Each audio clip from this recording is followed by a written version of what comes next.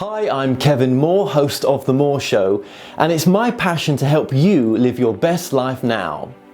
You might be looking to find answers on love, connecting with your life's purpose, reuniting with a loved one on the other side, discovering your past lives, or just helping you make sense, finding your direction now. So The Moore Show has collaborated with the most gifted readers around the world to form The Moore Show Psychics. Now, my readers have a large range of skills to choose from to be of service to you, and all my psychics are interviewed to show transparency, with each interview available on the website. So call now, dialing the numbers on the screen to speak to my operators 24/7, or go to tmspsychics.com to choose a reader or book online. The Moore Show Psychics, helping you transform your present moment into the most loving and happiest it can be. Now, I also offer a full money back guarantee, so what have you got to lose? Empower your life now.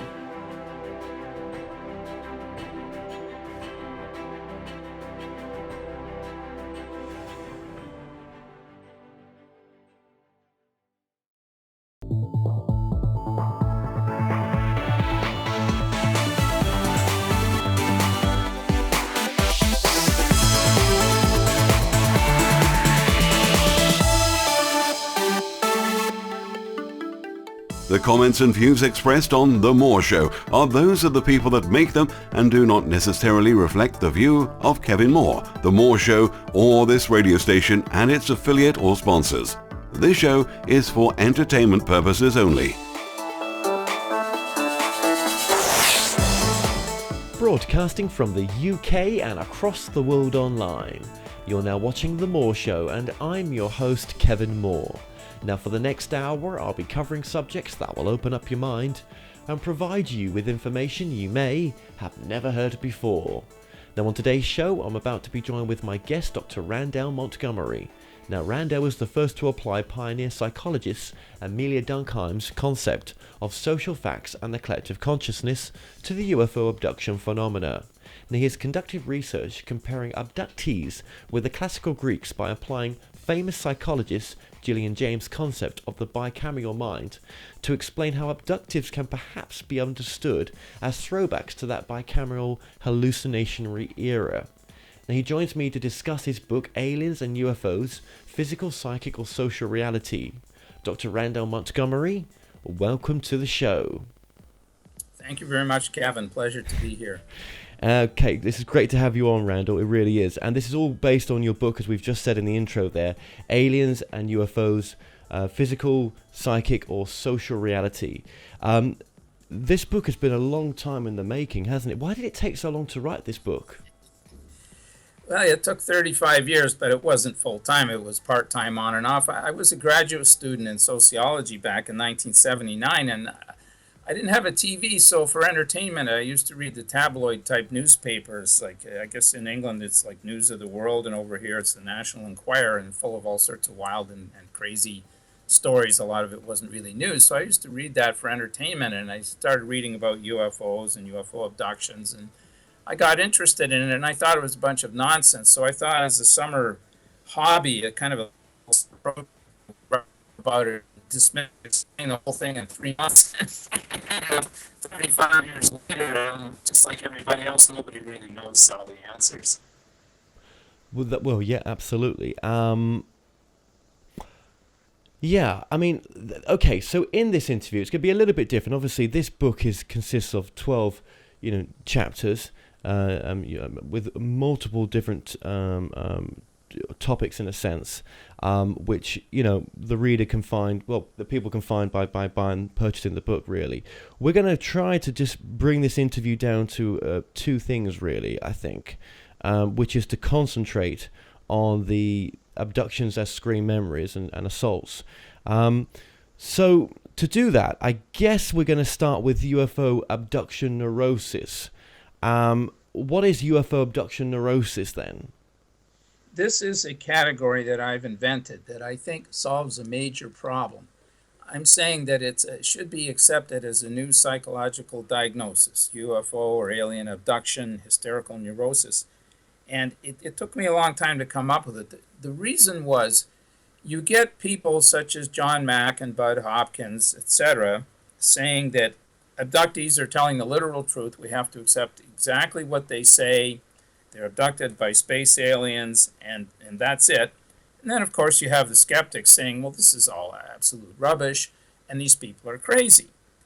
Well, then the believers, let's say, well, no, they're not crazy. A lot of them are holding down jobs. They seem like normal people until you talk to them about this one aspect of their life, and they don't fit the normal psychological categories of crazy, such as paranoid schizophrenic.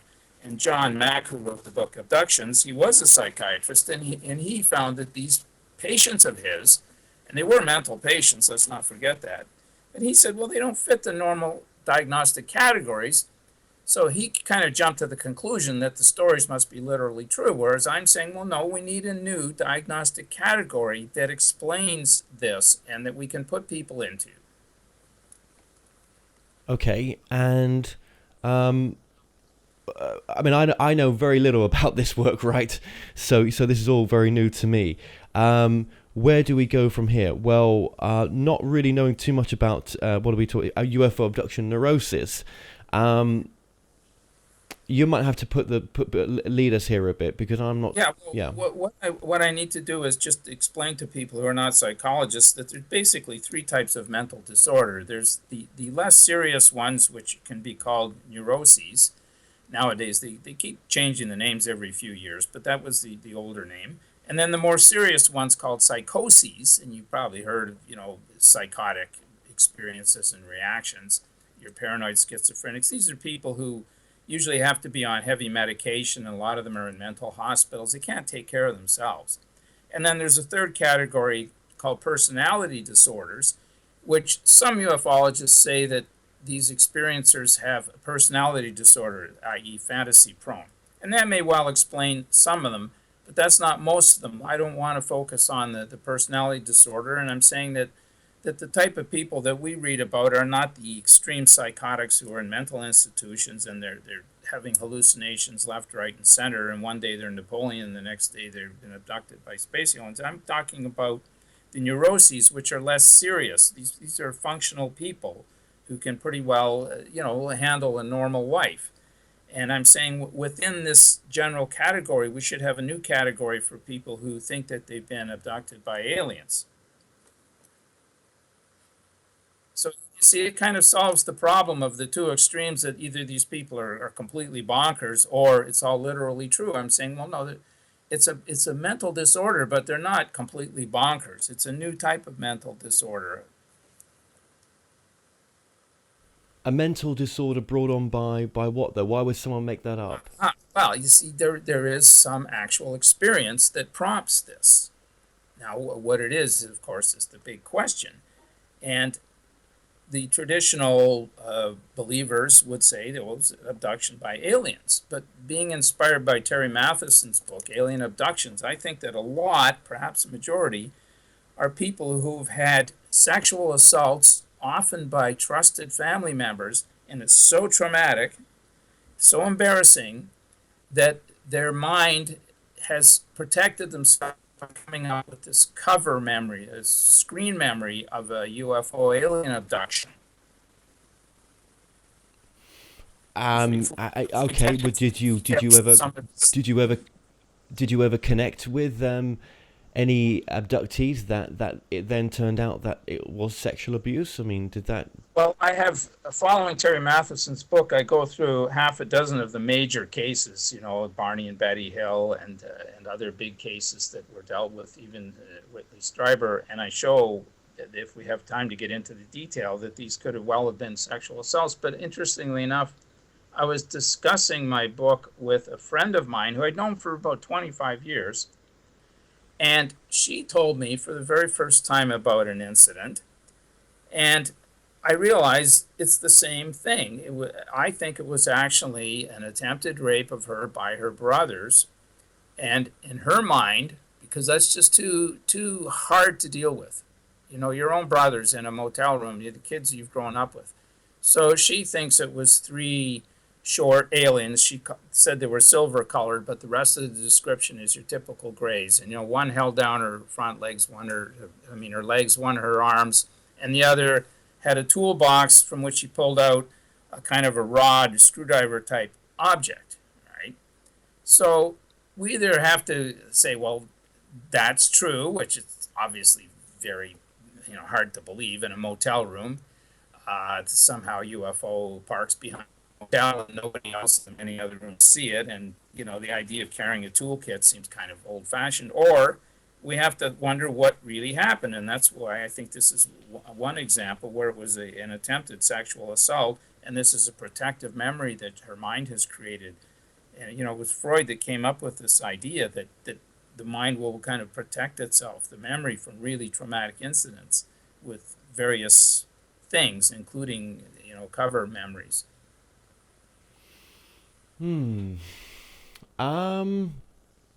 What about those who have not been sexually assaulted and that wasn't the case for their experience? What then? Well, I don't know the cause of it. I would still put it into this category of UFO abduction neurosis, but I would say, well, in that case, it wasn't a sexual assault. It was some other mental phenomenon. And that doesn't really answer. I mean, with no defining answer on whether that was or was not. It's not alien. It wasn't an abduction by space aliens, but what it was, we don't know. For those type of people, it wasn't a sexual assault. This is a really difficult interview for me. Not because of the subject matter, but because just to try to keep it flowing. Because obviously this is completely out of my. Well, I suppose it doesn't help me not knowing too much about the subject matter as well. Do you know what I mean? In the sense of it's out of everybody's realm, because I'm the only person that's come up with this new diagnosis. Like you say, most people, they tend to either dismiss these people as completely crazy and or that they're literally telling the truth. But as John Mack and others would tell you, but they don't fit the normal symptoms of a crazy person. So that's why I've come up with a new diagnostic category to deal with these types of people.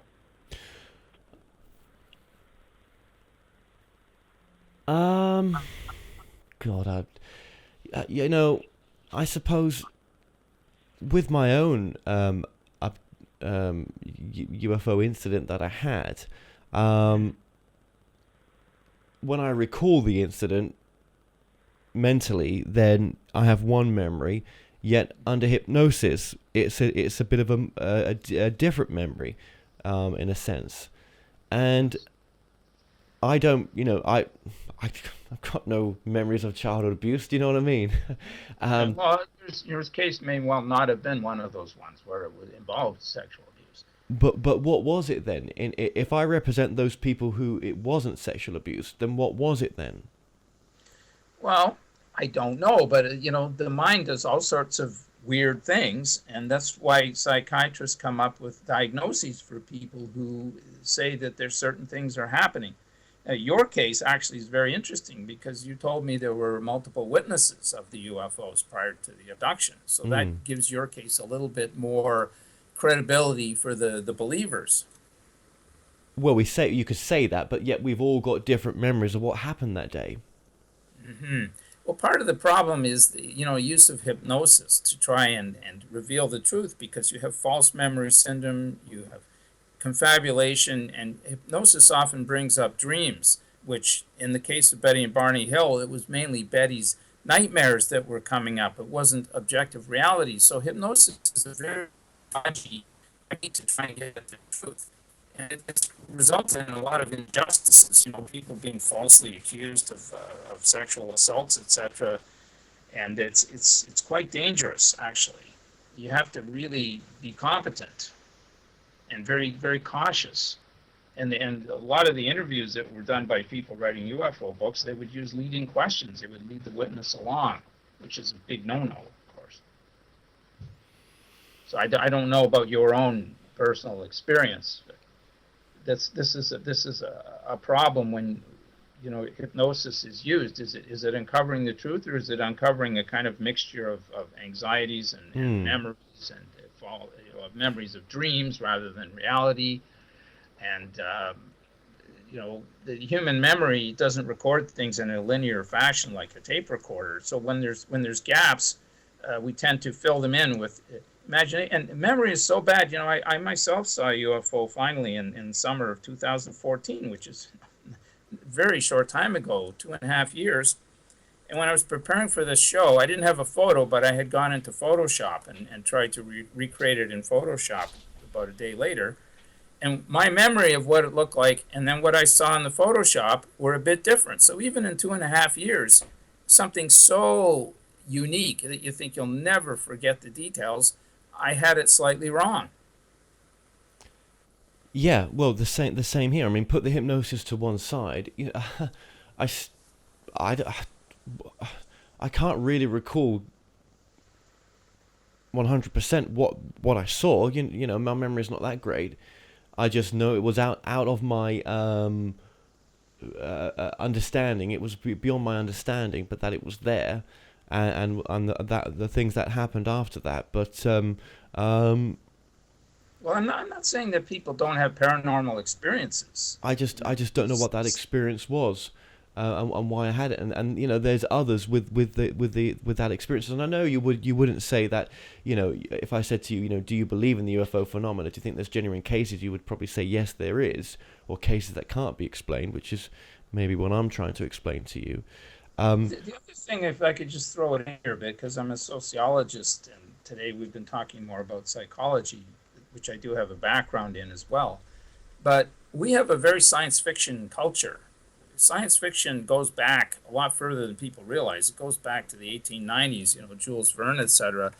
And so we all have absorbed a lot of science fiction that we're not even aware of. So when we come into a very strange, unique experience, we tend to try and make sense of it with what we're familiar with. So we bring in some of these memories from science fiction movies and books, etc., to help explain it. So this partly explains why when people have certain experiences, they may say it was aliens from a flying saucer, or they may say it was angels if they're religious, or they may say it was witches. If they're from Ireland, they might say it was leprechauns. They're trying to make sense of this paranormal phenomenon with what is more common in their culture. So it's how do you interpret this bizarre thing that's happening to you? Yeah. Um, But it doesn't necessarily mean that it was angels or witches or leprechauns or aliens. That's how you've tried to make sense of it. Maybe in 100 years we'll know more about it, what it really was, and it could just be a function of the human mind that it goes off into these places that are not normal and they're paranormal. well, when we look at a universe that's potentially infinite, w- how could it not be possible that we could have or are being visited by those that do not wish to reveal themselves? I mean, how can we be the only intelligent, conscious form in this galaxy? I mean, if there was other civilizations out there that just had a 1,000-year head start on us, imagine their technology now compared to ours. Um, Well, I agree with you. I mean, in my book, I cite many cases of really good sightings where there's just absolutely no natural prosaic explanation. There's a whole lot that used to be considered classic cases that are now falling apart as hoaxes. But, lately I've come up with a list of 12 where I think six are really the only way to explain it is kind of an unidentified flying object, but way beyond earthly capacities. And the other six have fallen by the wayside over the years. So I'm not saying that there couldn't be any aliens or people from another dimension.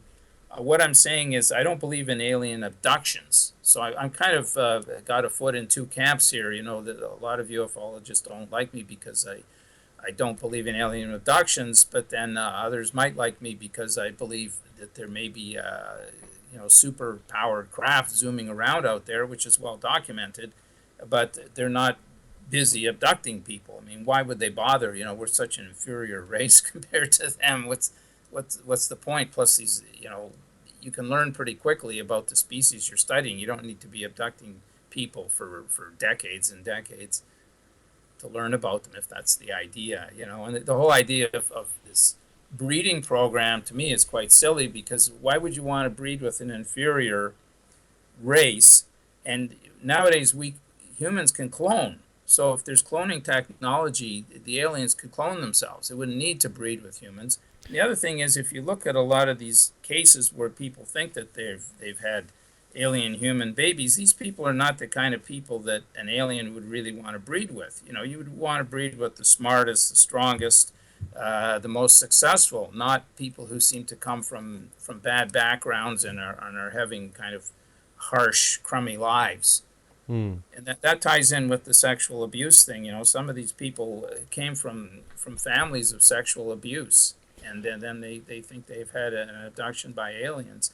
And if you read Matheson's superb book Alien Abductions, you'll see that there's a lot of evidence for that, because he looks at the actual hypnosis transcripts. He doesn't just take a general summary like a lot of people do. He actually goes through the actual transcripts.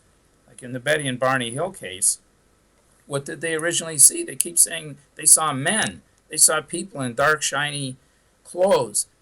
Barney saw a guy who looked like a red-headed Irishman. He saw another guy who looked like a Nazi. The men blocked the road. It only later became under more hypnosis sessions that it started to evolve into aliens and a UFO. It was men who blocked their car on a side road. It's very interesting. Maybe the whole understanding of the UFO phenomena is not quite there yet, and that this is more of a consciousness area as well, where these beings that are maybe abducting or are visiting are doing it from a completely different understanding to where we are right now, and on the understanding that they're trying to increase or alter or hurry up the process of our evolving consciousness, of trying to get us to a more spiritual level, of trying to maybe even some have said to me that the abductions are due to them understanding that the people they're abducting is a past life aspect of one of their soul family, or someone that's connected with them on a soul on a much deeper level, on a consciousness level. I don't know. This is just what some people have come on my show to talk about. It's just a different angle. I would say though that the people having the past life regressions, it's a somewhat similar psychological phenomenon. Well, yeah, I'm kind of getting to that. That there's a spiritual aspect to this, and that we're missing that in all the work that you've done, all the work that a lot of UFOologists have put. It's missing the spiritual aspect of this, and that's why it throws us off to what's really going on. Maybe. Well, I think there's a psychic aspect, and I would like to explore that more. You find that people who believe in UFOs are more likely to see them, and that some people who see them seem to see them more often, and you sometimes wonder, if aliens are abducting people, which I don't believe, but if they are, maybe they're abducting people that have special psychic abilities. The other thing is, supposedly, some abductees at least report psychic abilities after their abduction, which is very interesting. And one abductee that I interviewed way back in 1979, he had some kind of psychic power, some kind of paranormal ability. And that was about the only really, to me, spooky thing about it. And what's even spookier is that I can't exactly remember what it was.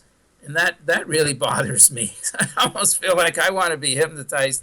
I should have written it down in more detail at the time.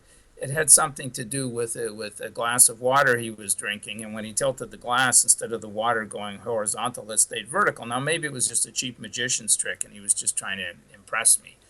Maybe somebody who's a magician would say, oh, that's one of the oldest gimmicks we have around. But that was kind of interesting. Okay. All right. Well, putting that all to the side then as well. Where are some of the classic cases then of sexual abuse or assault in such cases? If we go back to the classic case of Betty and Barney Hill back in 1961, The Interrupted Journey by John Fuller, which was the first highly publicized North American case of abduction. I've already mentioned that it looks to me like they were waylaid by a gang of hoodlums. Their car was flagged down. That's actual words of Barney, that some guys flagged them down, and Betty also said that the men blocked the road. And I think that there was a sexual assault after that. What evidence do we have? Well, Barney later confessed that he had had a sperm sample. I think that he was forcibly ejaculated by a rapist. And when Betty and Barney got home, they just took multiple showers and kept scrubbing themselves, and that's very consistent with people who have been raped. So that's some evidence there. And the top front of Barney's shoes were all scuffed, which meant he'd been dragged somewhere. Well, now, aliens supposedly can float people. In most other cases, they're floating people away into the UFO and floating them through walls and everything. And yet, in this case, he was dragged along. And so there's some evidence that there was some kind of a sexual assault, and he had warts around his penis, but I actually don't think that. I think this was what Freud calls a conversion syndrome, where when you're traumatized, it comes out in physiological forms, psychosomatic. So I think the warts were a psychosomatic conversion reaction to this extreme trauma. So that's one example. There's others, for example, in his book Intruder. Well, Bud Hopkins wrote two books, wrote several, but Missing Time and then Intruders. Now, in Missing Time, he talks about a fellow named Stephen Kilburn, who for a long time he had this strange feeling about a certain stretch of road. And he finally contacted Hopkins, and he was hypnotized. And lo and behold, supposedly there was an alien abduction that happened to him on that stretch of road. Well, what did he actually say happened to him? He said there was a hard finger poking him in the back, that it hurt further down. A rod was poking his stomach while it was sliding back and forth, and something moved his legs apart. And then there was a wand which was twice as thick as his thumb and about 7 or 8 inches long. Well, I don't need to, draw what's obvious to the listeners, that this sounds more like a penis. And then his actual words were he felt embarrassed and somehow violated. So to me, it sounds like it was a rape with an alien abduction protective screen memory. So that's another example. And then in Intruders, his book Intruders, there's a lady called Kathy Davis, and she's got all sorts of really serious physical problems, and she's seeing a psychologist for buried trauma, which actually supports my view. And this, her father was a menacing type of fellow. When she felt she was being abducted, she was afraid to wake her father up. And when she asked her mother for help, she'd say, take an aspirin or take your heart medicine. And, there's a possibility of sexual abuse there. And then later on, she claimed that she was pregnant, but then the baby was gone. It could have just been a miscarriage, but she claimed that the aliens stole her baby. Well, she would be the last person you would, not to insult the poor woman, because she had a really harsh life. I'm not trying to do that. I'm just saying that if you were an alien and you wanted to be human, she would be the last person you would pick, because she had so many physical and mental problems, and she wasn't very well educated. And then we get into the famous Whitley Strieber, and in his first big book, Communion, and he had so much stress in his life, this guy, and he's always talking about screaming, and he had so much anxiety. And he says that when he's describing this December 1985 incident, supposedly of being abducted by aliens, an alien asks him if his penis is as hard as it can get, i.e. Whitley Strieber's penis. Is that as hard as it can get? And then he says he's in love with one of the abductors, and then he says one of them made him sexually aroused. And then he talks about an anal probe, and then to cap it all off, he says one alien wanted to insert something in his mouth. So clearly, it's clear that this was sexual attack by humans, and it's nothing to do with the space aliens. And then, as I mentioned, the case of my own friend in the motel. And then there's the Tujunga Canyon contactees. And again, in his book, Matheson notes that a lot of these girls had previous problems. And Jan and Emily, they were sleeping in their car at the side of the road when they were supposedly approached by aliens. And it turns out Jan had been repeatedly sexually assaulted by her stepfather since she was 7. So I think there's really more credible evidence of sexual assaults than abductions by space aliens. And I think it's sad, because I think these people should be treated for what the real problem was. And by having people who write books about UFOs and aliens go in and hypnotize them and then write them up in books and publicize them, is just adding another problem to their lives. It's, instead of dealing with the real problem, it's creating a new one. Although they started it by having this screen memory, this comfort memory. I mean, it must be really, really difficult for someone to admit to themselves that they've been raped by a close family member, or even if you're a guy, you don't want to admit that you were attacked by homosexuals. It's really too embarrassing to talk about. Well, look, thanks for sharing what you've just shared there, and very, very interesting. Now, you do take the works of psychologist Julian Jaynes, and you do apply his work to today's space alien abductees, don't you? Yes, as far as I know, I'm the only person that's thought of that. I'm the only person that's trying to promote this idea. And again, it's just a hypothesis, Kevin. I'm not saying that anything I say explains all the cases. It's a multifaceted phenomena. When we talk about alien abductions, there's no one explanation. You know, some of these people may be extremely mentally disturbed. Others may just have a neurosis. Other cases like yours, we really don't know. And I'm also saying maybe some people are genetic throwbacks to the bicameral mind that Jaynes describes in his book. That, you see, human evolution, he thinks, changed over a period of 1,000 years from about 1800 to 800 BC. He said that the bicameral mind broke down. Now, what he meant was that people living before then, their brain was physically different. The corpus callosum was a little smaller, and that they didn't have a sense of self-awareness or self-consciousness like we do. That only developed around, roughly starting around 800 BC. It's a very controversial, very wild theory, of course, but there's a lot of support for it as well as a lot of criticism.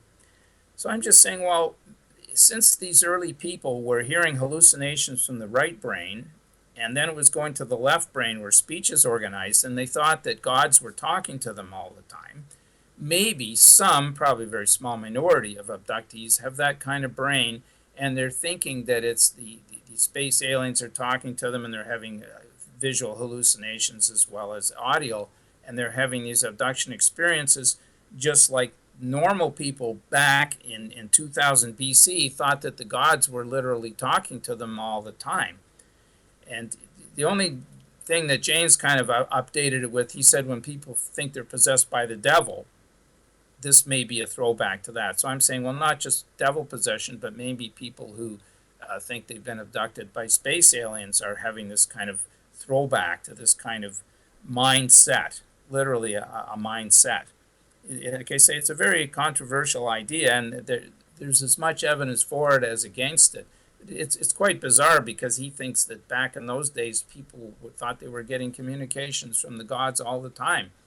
And it's interesting that the statues of the gods, they would leave food with them. They thought the gods were actually going to eat them. They really thought that the gods were alive and interacting with them, because of the hallucinations in the right hemisphere that were going to the left hemisphere, and they heard these instructions. And then you might say, well, what happened? Why aren't we all still like that?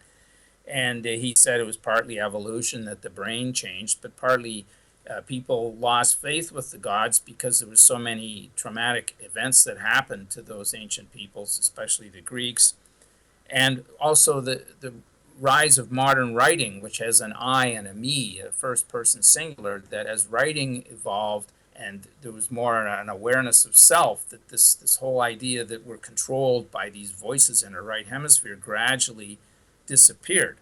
And again, it sounds totally bizarre, but a lot of people, there's even a Julian Jaynes Society to continue his ideas, and there is some evidence from neurophysiology. They've identified parts of the brain where these hallucinations come from, and the speech parts of the brain. So it's not a completely, it's not an idea that has absolutely no physical basis. Absolutely, absolutely. I'm just trying to keep it, obviously, this interview within the topic, but of course, your book covers many different topics, which is fantastic, because it just these are obviously questions that you've had when trying to put this book together that you thought other people would stumble upon. Okay, well, look, thanks for sharing that. What you've just shared there. Again, very fascinating. Was there anything that you've missed off, do you think, in a sense? Well, I forgot to mention, Kevin, one of the most important things on this theme of sexual assaults and screen memories of alien abductions, with this classic case of Betty and Barney Hill. I forgot to mention that a needle was inserted into Betty's navel, and this becomes a common theme. It happened to Betty Andreasen as well. It's almost like a standard thing, but this has obviously strong sexual connotations. Was it a needle into a navel, or was it a penis into a vagina? And the alien captain told Betty, "Oh, this is just a pregnancy test." Well, it seems kind of strange they would be doing a pregnancy test, and that the very same thing happened to Betty Andreasen, if we believe her story. Why are these aliens doing these pregnancy tests? I think it's got a strong hint that this was actually a rape. And then Barney also said that the aliens had inserted a tube or cylinder into his anus. Now, why would aliens do that? It just doesn't make any sense at all. It had to be a rape by a man. And when she got home, Betty noticed that her dress had the hem and seams torn off. And she put this dress in a closet, and obviously she never wore it again. But isn't this torn dress more supportive of my explanation than alien abductions? And another little point was that the aliens were being quite chatty and friendly to Betty, but they were being tough and rude and harsh with Barney. And you kind of imagine a typical gang rape scenario where the men are trying to be pleasant and chatty with the female victim, and they don't like her husband around, so they're kind of pushing him around and being rough and tough with him. So there's a lot of evidence there, I think, supports this thesis, which again I have to give Terry Matheson the credit for, that these are suppressed memories of gang rapes. And in the Hill case, in other cases, it was rapes by trusted family members. How has other researchers taken your theories as well? And also, have you been able to talk to them, one-to-one about your work compared to what they've researched? Well, no, I've had almost no feedback on that. I've sold a few copies of the book, but nobody's actually got back to me. But it is interesting that when Hopkins and Jacobs and other writers are interviewing their subjects, they do kind of pick up on the sexual theme, but they've got the horse and the cart reversed. Instead of thinking, well, there was a sexual assault here, and then there was this screen memory, this protective memory of an alien abduction, they kind of dismiss the sexual thing as either the aliens did that, or this is some kind of other related problem that came later. So I think that they kind of missed it. Yeah. But I do invite people to give me feedback, because I would like people really to pick up and follow this idea of UFO neurosis, which, of course, obviously, since I kind of invented it or discovered it, I'm proud of it, and I think it's valid, and I would like people to pursue it. But of course, if people have some good reason why they think this is bunk, or I'm way off base, constructive criticism is always welcome. By the way, could I mention where to get the book? Of course, please. Okay, well, it's only available online. You go to www.booklocker.com/5920. So just go online to booklocker.com/5920 and it'll take you right there. And the e-version is only $5 for people who have e-readers. The Okay, paper so the book's not available on Amazon, just on that website. I think you can probably, I think that BookLocker does have distribution agreements with other people, but the fastest, most direct way to get it is from booklocker.com/5920. As I say, it's the only problem for people far away may be the high postage and packing. So I just want to warn them about that. Get the e-version for $5, and there isn't any. Okay, and there is another website that's going to be up and running soon, which is probably well worth to mention. This will take them to the booklocker.com website, but also it'll take you to your website, which is going to have more material on there, which is UFOsandalienabductions.com. Okay, wonderful. Okay. Thank you for that. Okay, well, that's been coming up on the screen throughout this interview as well. Yeah, this is a different type of interview in the sense of looking at this phenomenon from a completely different standpoint. I think I'm adding something to the whole field of ufology because we've been kind of stuck in these two extremes of skeptics who are really cynics, dismissing the whole thing, and then the kind of true believers who would kind of accept everything literally, holus bolus. We're not making any progress that way. We've been kind of stuck in this split for some time. So I'm trying to make some progress through that. What about the real UFO cases then as well? I mean, let's put the abduction cases to one side just for a second. You do feel that there are genuine, unexplainable, unidentified cases which, do not have any reasonable explanation of in our current understanding. Yes, one of my favorites is the Randal Forest case.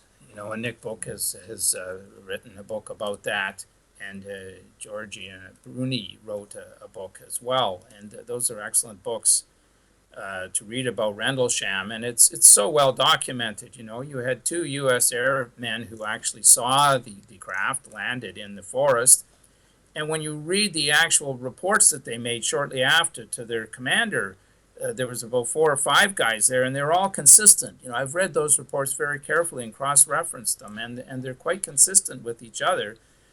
Definitely something there, and just to explain it all as the breakup of the cosmos rocket from the satellite, or a meteor fireball, and the Orford Nest lighthouse, those may have played a part in it, but just you can't explain the whole thing with those.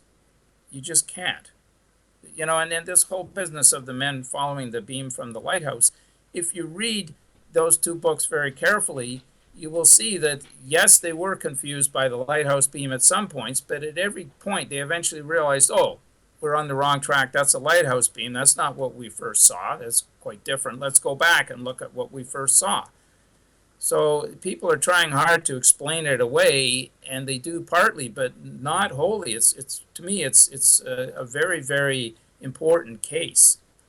And there's other ideas of, well, this was an early F-117 stealth fighter, and I found out that the East Germans came up with a similar aircraft years later, but Rendlesham was December 1980, years before the F-117 prototype even flew. Plus, what people are completely forgetting, which is really important, is the F-117 doesn't have vertical takeoff and landing like a Harrier jump jet. It can't go straight up through the forest and zigzag through the forest and then shoot off at 4,000 miles an hour. It's basically subsonic and takes off and lands normally. So this idea of a F-117 prototype, again, at first it sounded interesting, but then when you look at it, it just doesn't apply. No, that's right. And that's just one. It's also, sorry to interrupt, but I get excited about this when I went on the UK National Archives to look for details. It actually says on their site that the material for that point in time has mysteriously disappeared for those few days. It's right on the UK National Archives site. So I mean that's pretty interesting when the people running the archives think that somebody has stolen their information from there. What have they got to hide if it really was just the lights in the sky. And I think it's very interesting that there was a ray beam, a light beam shining straight down and supposedly over the nuclear weapons facility. That's all very interesting. Yes, yes. So when I talked about this idea how big the universe was, and just the potential of life out there, then yeah, you don't dismiss that this could actually be something greater than our current understanding is able to get our heads around. But with the abductions, yeah, you stand very firmly that they are cases of abuse, the majority of them, and Well, yeah, I don't know whether when we say or majority, assault, whether or cases of assault as well. 1% or 99%, but yeah. Yeah, yeah. I mean, I think that it's very, very interesting to hear what you've got to say, and I think that the community should embrace these ideas as well. That that some cases could be. I don't know if all cases are, but at least some cases could be a sign of that. And I think it's always good to have a reality check in all this stuff as well. Well, one of my concerns, Kevin, is that I think this alien abduction thing has detracted from the progress of ufology. I think a lot of ordinary people would be more keen to accept, say, Rendlesham and some of the excellent sightings, except for that when people bring in all this stuff about abductions, then people think, oh, this is all just crazy nonsense. So I think, if we are a school here, ufology, and we're trying to get people to take us more seriously, we're losing a lot of potential students by harping on these bizarre abduction things. And I would rather just focus on things like Rendlesham and other, cases where independent multiple witnesses see some craft that's, obviously far, far beyond the human technology of the day, interacting with, say, U.S. Air Force helicopters or jets. You just can't explain that in normal terms. Okay, but would you be open-minded that maybe some of these cases which may not be sexual abuse or assault, actually there could be something in there that's that there is an abduction that's taken place, and this was a real phenomena that these people went through for some of them? Well, anything's possible, but that's not the position I take. I think this can all be explained psychologically. There's hypnagogic and hypnopompic states where you have these extremely vivid dreams, and I've had them myself, and you think, I'm not dreaming. This is so vivid. And in some of these cases, it was just when people fell asleep. In fact, with my friend, she was just about to fall asleep, or they're just waking up. And there's also sleep paralysis, which I've had, and it's really terrifying. If you've never had it, you have no idea how absolutely terrifying it is. But I didn't think there was an alien in the room. I imagined there was some kind of a robber. Someone had come into my room to attack me. Yes. Absolutely terrified, but I could not move or scream. I was desperately trying so hard to scream, and I was sure there was this dark object in the room. And your body paralyzes you so you don't sleepwalk. But then when you're in this halfway state where your mind is partly awake and your body's frozen and you start imagining things, I've had it about 3 times, and it's just the most horrifying feeling you can ever imagine. You're trying as hard as you possibly can to scream, and you can't. So it's no wonder people, come up with esoteric explanations for these things if they don't know the psychology and the physiology behind them. Yeah, absolutely. Okay, well, look, it's been fascinating to have you on, and if I was doing a conference, you would be someone I would get in as well, definitely, because you come from it from a different perspective, and it's always good to hear a different perspective, I think, rather than the same old thing all the time, just to keep us in check, and, whatever's...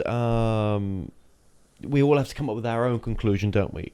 And and those listening to this, it's a different take on the whole subject. So, I wish you all the best with what you're doing, and I just thank you so much for coming on today. Well, thanks very much for having me on the show, Kevin. Well, we've come to an end on tonight's show. Don't forget that you can listen and watch all our past interviews on The More Show's official YouTube channel.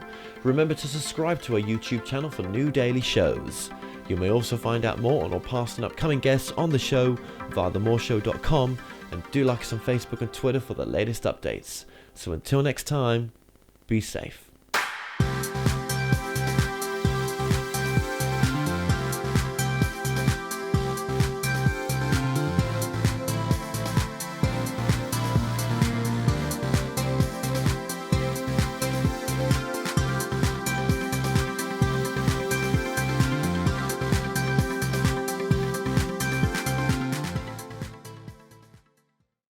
Hi, I'm Kevin Moore, host of The Moore Show, and it's my passion to help you live your best life now.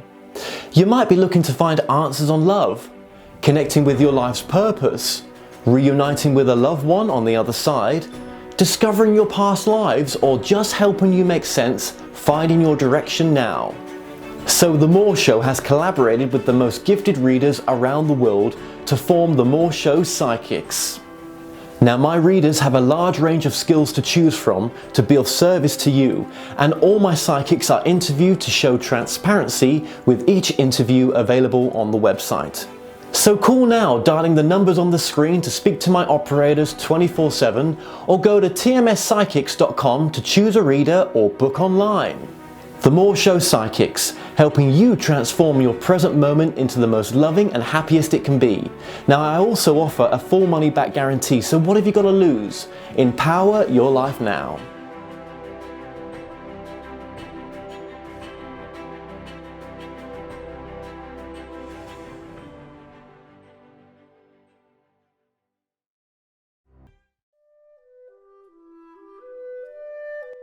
Established over 100 years ago, Watkins Books is one of the world's oldest and leading independent bookshops specializing in esoterica. We have the widest selection of esoteric books in the UK, and our friendly and knowledgeable staff are here to assist you in a unique ambience of our shop. So come and visit us in the heart of London, as we're open every day.